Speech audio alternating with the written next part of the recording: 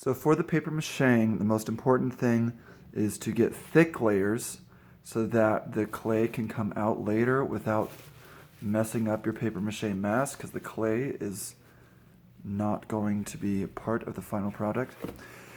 And it's about getting all those creases and details in there so that they're nice and clear later when you sand it down. The putty can help clarify a bit, but the putty cannot create shapes that aren't already there.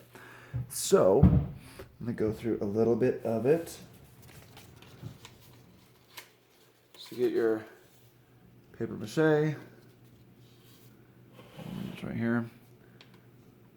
Don't have a lot of goop on it. Try and push that goop off. It should be soaked in it, not like just covered in it, because then the mask is all lumpy and nasty. So then you put it on. So I want to go through these little creases. So it's easier if you find a place in the crease. So let's say like right down here. Again, and I wrap it over and then push it onto that crease so it's nice and clean and keeps your lines.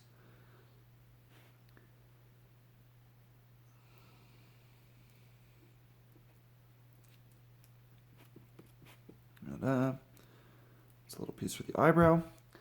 And now the other thing is, when you're doing the edges, you want the edges to be nice and clean, and you don't want the paper mache to thin out as it goes around, because then your mask ends up with broken edges. So as you can see right here, I've wrapped it over. So you want to put it just a little bit past the edge, and you'll cut it off later, and then wrap it over that side.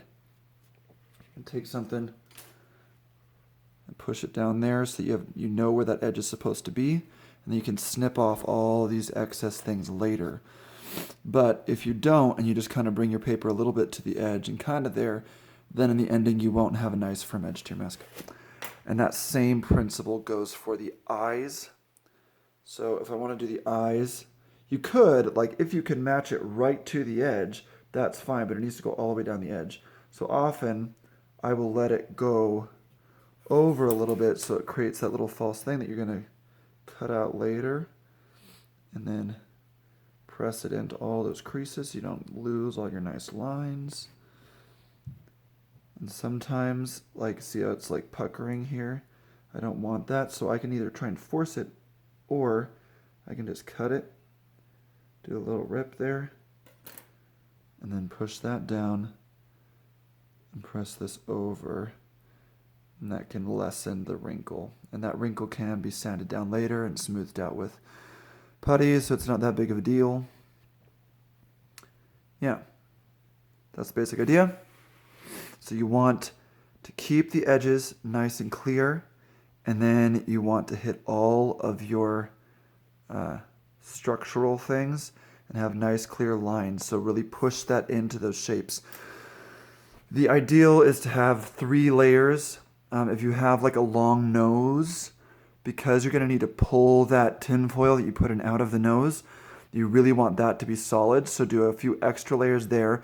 Any other places that you're a little nervous about, really get a lot of layers in there so it's not going to collapse. But 3 to 4 layers is good. Don't do less than that or you're going to run into some problems. But 4 to 5 is much better. All right, that's all.